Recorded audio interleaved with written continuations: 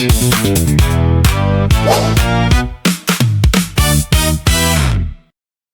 spent 45 minutes carefully organizing my desk this morning. That sounds like a very productive start to the day. It looks productive, but my actual goal was to write one simple email. Oh, so you cleaned the entire room just to avoid typing a quick message. Exactly. My workspace looks beautiful now, but I am still completely stuck on the real task. I know that feeling so well. The tiny task becomes a monster in your mind. Hello, everyone. Welcome back to Everyday English Learning. Real conversations for your daily life. Hi there. I'm Jake. And I'm Lily. Today we are talking about finding motivation without the heavy pressure. That desk cleaning story is painfully accurate. People often build up so much pressure that they just freeze. Yes. Many people wait to feel perfectly motivated before they begin. But waiting usually makes the action feel much heavier. Then it becomes easier to put things off. That happens with work, with daily chores, and definitely with practicing English. So today, Jake and I will explore how to feel less stuck. We want to find small ways to move forward. As always, you do not need to catch every single word we say today. Just relax and follow the main idea. We will also share useful phrases for talking about focus and hesitation. We will review them later in meaning moments. So, if that email was actually quite simple, what made it feel so overwhelming this morning? That is the strange part. The email was just a quick project update for my manager. So, you knew the facts, but finding the right words felt heavy. Exactly. I opened the message window, stared at the blinking cursor, and suddenly decided my desk needed to be perfectly clean. That is such a recognizable reaction. People usually call that laziness. Yes. You look at the clock, realize you have wasted an hour, and tell yourself you just lack discipline. But laziness means you do not want to do anything at all. You were cleaning furiously. That takes energy. That is a very helpful distinction. I was not being lazy. I was experiencing a mental block. A mental block is when your brain simply refuses to move forward on one specific task. You feel frozen. Yes, you want to do it, but you feel stuck. And usually, a mental block happens because there is hidden friction. Friction means resistance. It is the small detail making an action uncomfortable or difficult. In my case, the friction was not the typing. It was the fear of sounding unprofessional. I wanted the update to sound impressive. So the actual task was not write a quick email. In your mind, the task was prove you are doing a great job. That is it. When you look at it that way, the task suddenly feels huge. And when a task feels huge, organizing some scattered papers looks like a much safer choice. It provides the feeling of progress without the risk of failure. I had a very similar moment last week. I needed to call a company about a wrong bill. That is never a fun task for anyone. Dealing with customer service can drain your energy. I avoided it for 3 days. I told myself I was too busy. But the real friction was the automated phone menu. I hate waiting on hold. So the main goal was fixing the bill, but the friction was the frustrating waiting process. Yes, I was avoiding the annoying wait, not the actual conversation. The friction stopped the whole process. That happens so often with language learning, too. Think about practicing English after a long day at work. Oh, absolutely. A learner might plan to practice speaking for just 10 minutes.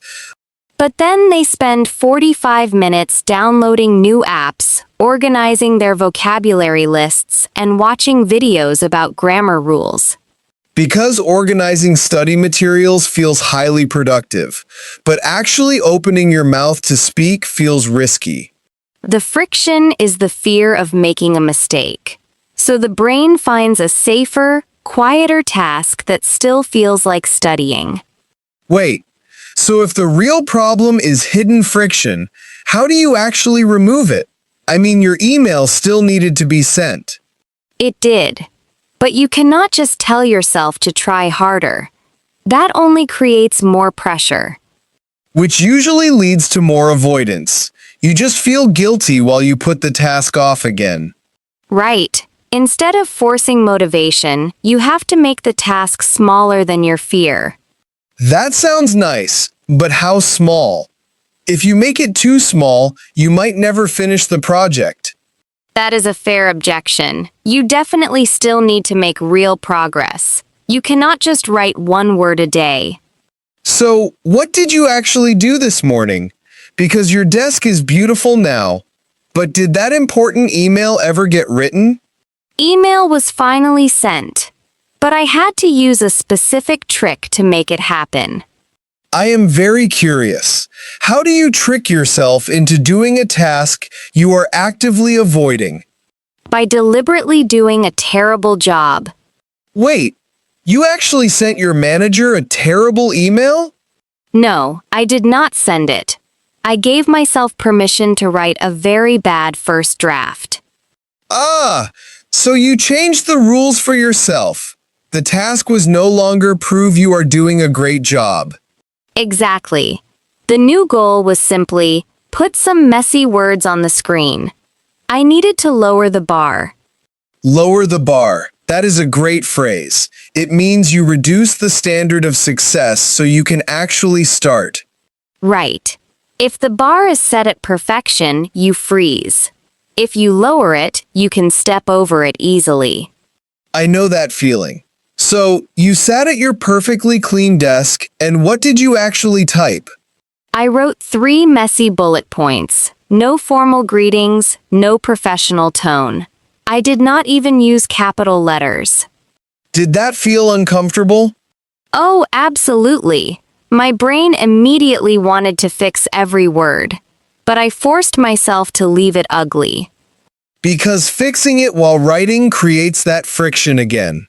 Yes, but once those messy words were on the screen, the blank page was gone. The monster disappeared. And then what happened? Editing those 3 bullet points into a professional update took exactly 4 minutes. That makes so much sense. The hardest part is simply going from 0 to 1. Exactly. You have to break the task down.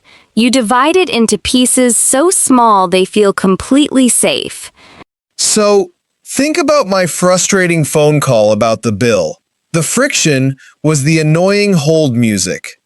How could you lower the bar for that specific task? The actual conversation is not the problem. The small first step is just dialing the number. But you still have to wait through the music. The friction is still there. That is true.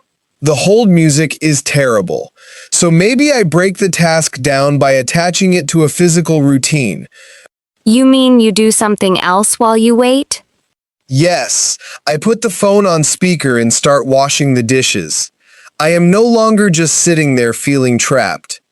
That is a perfect solution. You remove the feeling of waiting. The phone call just becomes part of washing dishes. There is a helpful sentence pattern for this. You can say, I do not need to do everything, I just need to do one small thing. That is a powerful frame. I do not need to write a perfect update. I just need to list 3 facts. Or for studying, I do not need to review vocabulary for an hour. I just need to read one short article. Exactly. Imagine a learner staring at a blank notebook in the evening. They want to write a beautiful paragraph in English. But they feel tired after work, so they close the notebook and watch television instead. Right. They can tell themselves, I do not need to write an essay. I just need to write one sentence about my dinner. That removes the heavy pressure completely. The giant monster becomes a tiny, harmless task again. And usually, once you write that first sentence, the second one naturally follows. Action creates its own motivation. Action creates its own motivation. That is a line worth writing down. It really changes things. You stop waiting for the perfect, energetic feeling to arrive. I do like this strategy, but I see a genuine problem with it. Oh? What is the problem? If you always lower the bar, you might never push yourself to improve. You mean you just stay comfortable forever? Yes. Writing one simple sentence a day is great for a beginner, but it will not prepare you for a complex job interview. That is a very fair point. You still have to do the hard work eventually. That is exactly the fear. If I only write one sentence, I will never finish the essay. Right. Or if I only wash the dishes during my phone call, I might never do the difficult, focused practice I actually need. I hear that, and you are completely right. Growth requires discomfort. You cannot stay at level 1 forever. So how does lowering the bar actually help us reach level 10? We have to separate two completely different challenges. There is the challenge of starting, and there is the challenge of improving. Okay, so getting started versus getting better. Exactly. Lowering the bar is only a tool for starting. It is how you gain momentum. Momentum means forward movement. Once a heavy object starts rolling, it is much easier to keep it moving. Yes. The hardest part of my morning was simply opening the message window and typing the very first letter.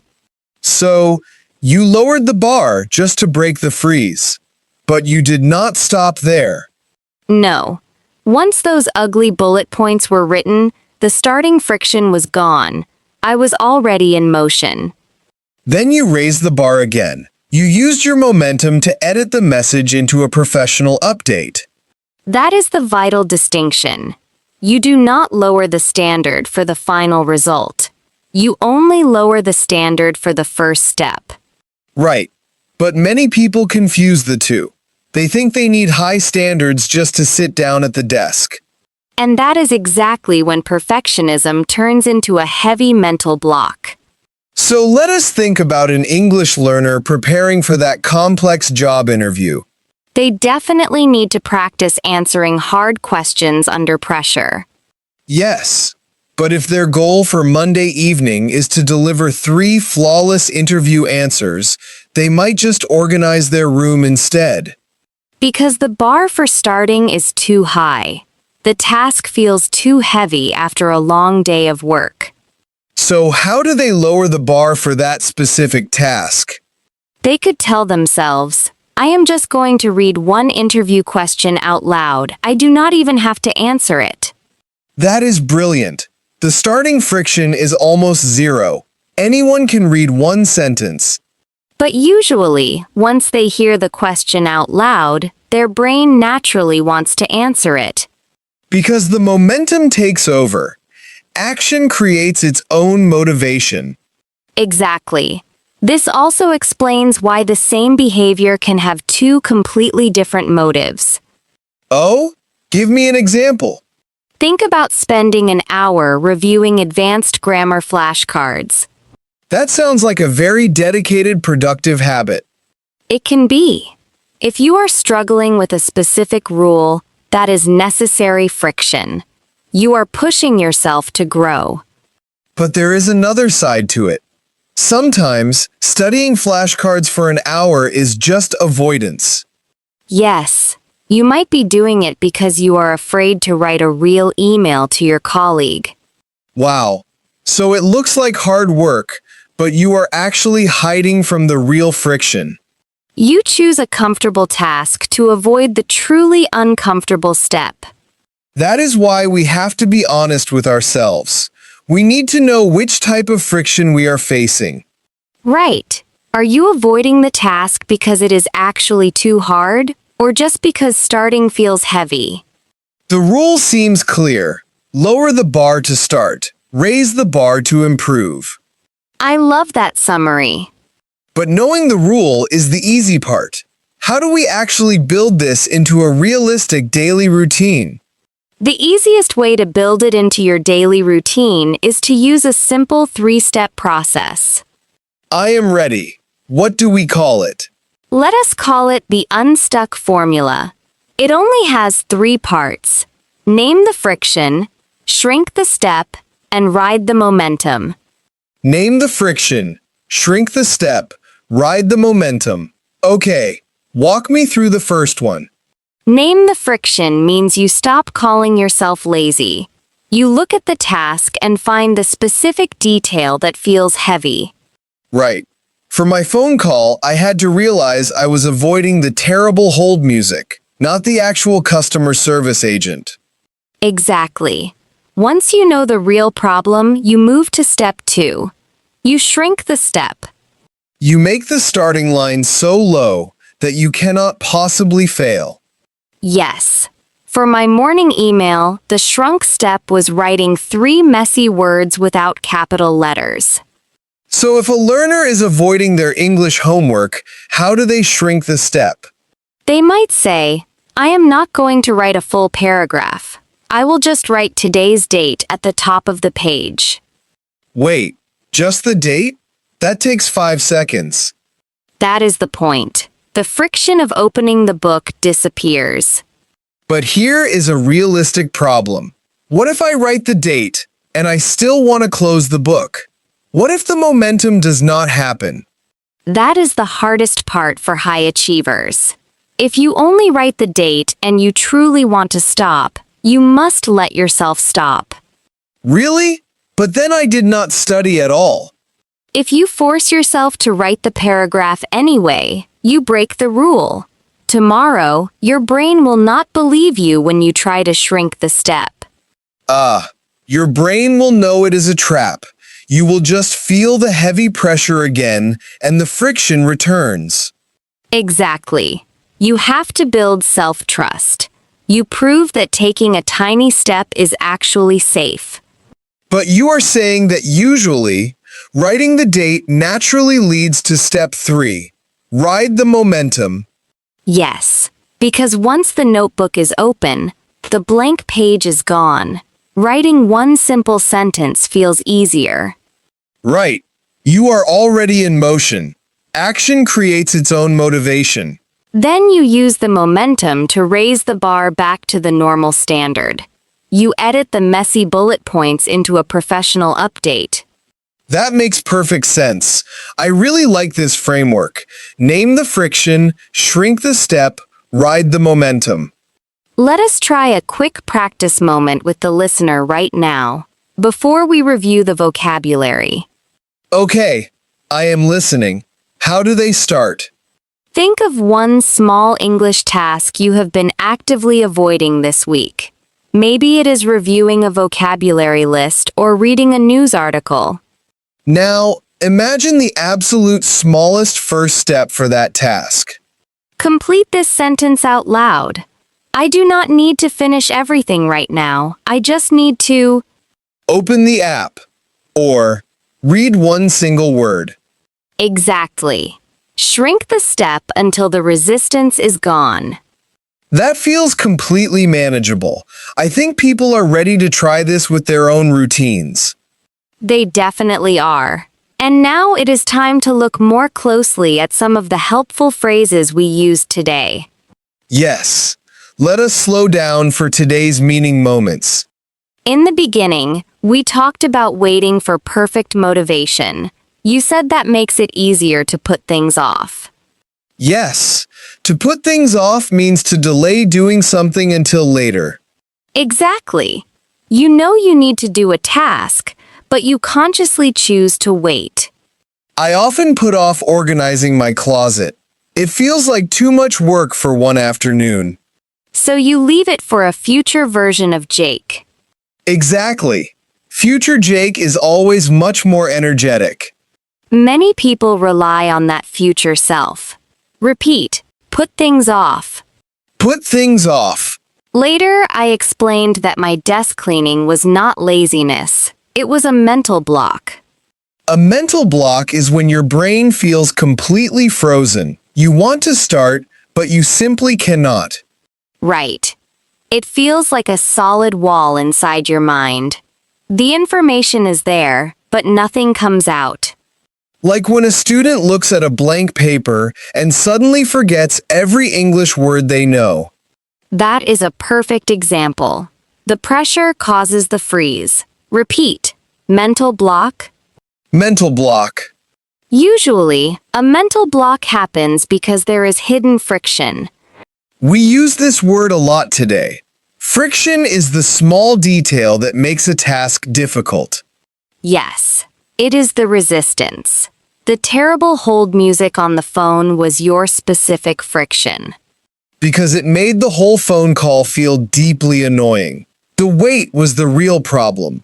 Exactly. Once you name the friction, you can fix it. Repeat. Friction. Friction. To remove that friction, you have to lower the bar. This is such a great phrase. To lower the bar means to reduce the standard of success. Right. You make the goal so incredibly easy that you cannot possibly fail. So instead of running 5 miles, you lower the bar and just put on your running shoes. That is exactly how you shrink the step. Repeat. Lower the bar. Lower the bar.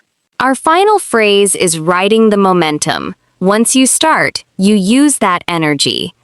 Momentum is the feeling of forward movement. Yes. Once a heavy object starts moving, it is much easier to keep it rolling. So, writing one ugly sentence creates momentum for the second, better sentence. Action creates motivation. Repeat. Momentum. Momentum. Now let us try say it better. We will upgrade some common sentences about feeling stuck. Okay, here is a basic one. I cannot do this right now. That sounds so final. A stronger, more honest version is, I am feeling some friction with this task right now. That is much better. It names the problem instead of just giving up completely. Let us try another. Basic sentence. I will do it when I feel ready. That is the dangerous trap of perfect motivation. You might never feel ready. Right. A more useful version is, I will lower the bar and do one small part today. That shows real agency. Okay, one more basic sentence. I am too lazy to study this evening. A kinder, clearer version is, starting feels heavy today, so I just need to open the notebook. That completely changes the emotional weight. The heavy guilt is gone. It is time for a quick practice moment. I want you to try building your own momentum right now. Think about one small English task you have been putting off this week. Imagine the absolute smallest step you can take towards starting that task. Now, pause and say that tiny step out loud. Begin your sentence with, I just need to. For example, I just need to wash one plate. Or, I just need to read one short sentence. Notice how that tiny step feels. It should feel completely safe and manageable. These phrases really help clear the mental fog. Having the right words makes the feeling less overwhelming. I am very glad they help. Once you can name the friction, you can finally begin to move past it. I think people have some very practical tools for their daily routines now. So, my desk is still perfectly clean from this morning. But now you know the real reason why it looks so beautiful. You were running away from the blinking cursor. Exactly. It was not a sudden burst of professional discipline, and it was certainly not laziness. It was just hidden friction blocking the way. And the best way past that friction is to lower the bar completely. You shrink the step until starting feels completely safe. Right. You do not need perfect motivation to begin. You just need to take one tiny, imperfect action, and the momentum will naturally follow. So we have a very small challenge for you today. Think about one English task or daily chore you have been actively putting off this week. Go to the comments and tell us your smallest possible first step. Just one short sentence is perfect. You can write, I just need to open my notebook, or I just need to dial the phone number. Writing it down makes it real. And if this conversation helped clear away some of that heavy pressure, please subscribe to Everyday English Learning. We love sharing these practical strategies with you. It is always encouraging to see how many people are facing the exact same daily friction. It proves that no one has perfect focus every single day. A messy start will always take you much further than a perfect pause. That is the perfect rule to carry into the rest of the week. I am Lily. And I am Jake. Thank you for joining us today. We will talk to you again very soon. Go write your own messy first sentence. Have a great day.